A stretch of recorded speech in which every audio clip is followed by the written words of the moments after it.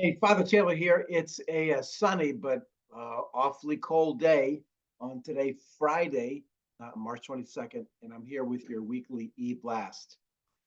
Thanks again to a couple of people who did some things last week that were very helpful for us and really helpful for our church in many different ways.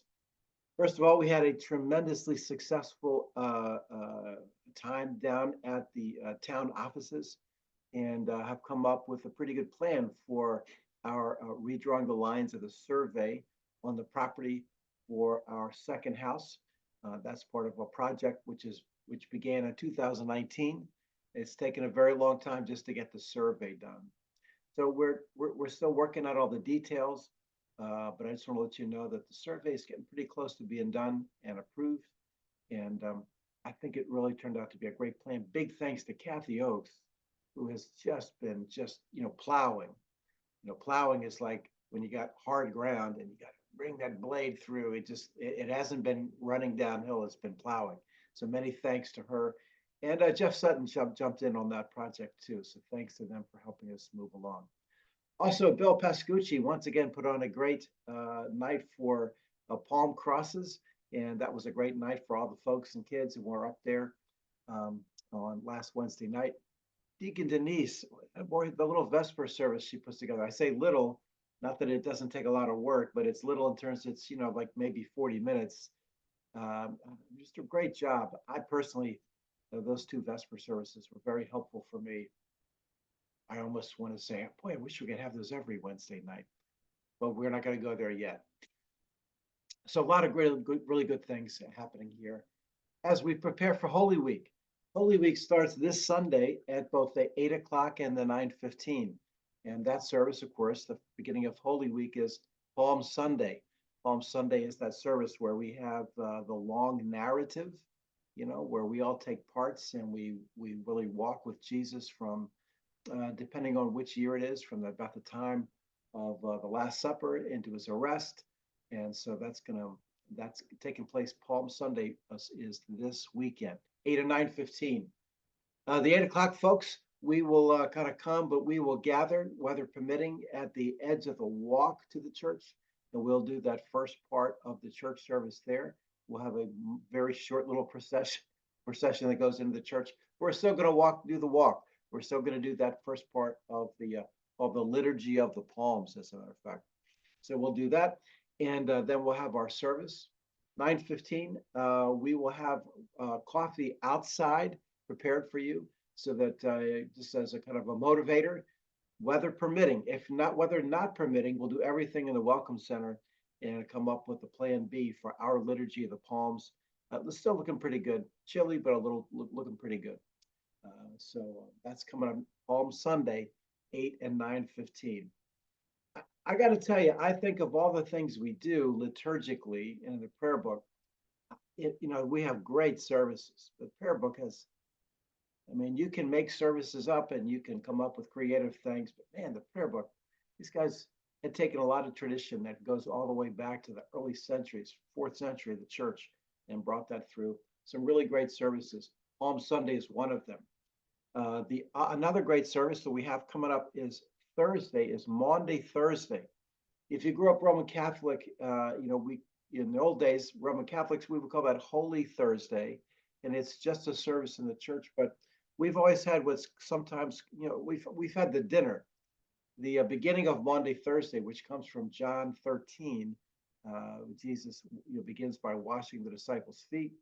He gives them the command, which is where we get the word Maundy from the Latin word mandare. Maundy meaning this commandment I give you, which was to love one another. And also the beginning of, when Jesus took bread and took the wine and said, this is my body, this is my blood, and to continue in this. So all that happened, all three of those things happened on that Thursday before his arrest. And we walk through that. And so it's not a church supper. We do have soup, but it is not a church supper. It's not a social time where everybody's getting together talking about vacation plans. It is a service in which there is a dinner. And so it's a lot more solemn than, for instance, our refreshments that we have on Sunday mornings, with breakfast alpha. So this is like a very particular kind of meal. And we move through the liturgy upstairs, and it's very powerful, just that part.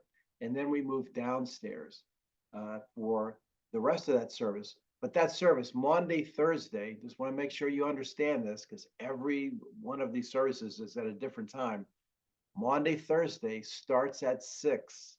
That means the kickoff. That means the ref blows the whistle and the liturgy begins at 6. Uh, and so please try to get there at 5:45 to get all prepared. So anyway, so that's 6 o'clock start for Monday, Thursday. Great thing to invite a friend to. I tell you, it's not like going to church. It's something a little bit bigger than that. And so we have worked over many years here at Trinity Church to do that really well. So that's Monday, Thursday. It's next Thursday, 6 o'clock, 6. The next day, Good Friday. Many of you have come to think that Good Friday is one of the most powerful services we do a year. So the Good Friday service starts at 7. Thursday, 6. Good Friday, 7. Saturday morning, rain or shine, we are having our Easter egg hunt. You say, well, that's a kid thing. No, that's an event that the church hosts for the entire community. So that means everybody is on board for that, not just a few people. This is where we all show up. Tremendous amount of work goes into this. And just as a little heads up, if it rains, we are the only show in town. That is to say, if it rains, Trinity is the only place that has an Easter egg hunt that can be indoors. That also requires more work because we've got to shift everything indoors and kind of shepherd people around and take care of business. So I invite you to reconsider Saturday, the 30th. Saturday 30th is a Trinity Family Ministry event. And so everybody who's a member is called to come in and to help out. You get to meet people. Kids are having a blast. Aside from the setup, the whole event is over in 40 minutes. I mean, people run around, pick up the candy, and then it's cleanup, so it happens really fast. But you get to meet people and you get to see all these families and kids, and you get to pray for them as they're running around. You will see how many kids we have in our area. It's really amazing. So anyway, Thursday is at what time? 6, right? And then we have Good Friday is at 7. And then Easter egg hunt Saturday morning at 11.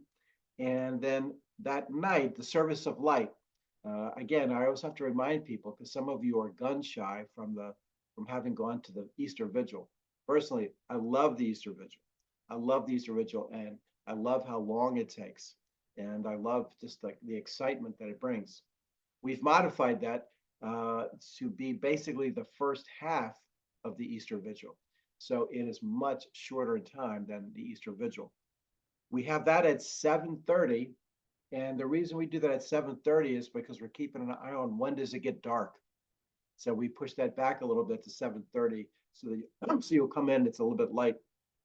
But by the time the service starts, it's dark because the whole church goes from dark to light, right? So that's a great, very, very powerful service. And we hold off intentionally, we hold off the celebration of Easter, which happens at the vigil, but then we hold that off until Easter morning. And on Easter, we have one service on Easter. That's at 9:15. So 9:15 for the Easter service, so our whole community can come and worship together. All of those service times, I'm actually reading it off. We have those that little flyer that we put up that we made earlier. So I just took a picture of it because I need that. So just all of that's available on our website, and all of that's available on those little handouts that we've been giving away. There'll still some in church Sunday. These are all powerful events to invite your friends to. And you might say, hey, our church, we have these very powerful events. They're a little bit different than a regular Sunday service. In fact, the Good Friday service doesn't even have a sermon. That should get their attention. And so we'd love you to come and just experience that. We think it really brings us close to God. And that's the truth. So you can share that with your friends and family members to come to the services. All right, so that's all I got for right now. And so God bless you. I'm wearing this hat because we are just a week away from the big day, opening day. And as you know, I'm sure you follow this all the time. The Baltimore Orioles, after having such tragic seasons for so long, won 84 games 2 years ago, and then this year, bam, 101. So we're looking for like the real deal coming up, the long season. But we live in hope, just like just like with the gospel, we live in hope. Also, letting you guys know, I know that all you UConn fans are going wild. So looking forward to a little March Madness. But just be alert, be aware, see how God is at work. Some very powerful things happening in our church these days, where the Holy Spirit's really touching some lives, some people's lives. So just call your attention to that. God bless you, and hopefully I'll see you on Palm Sunday.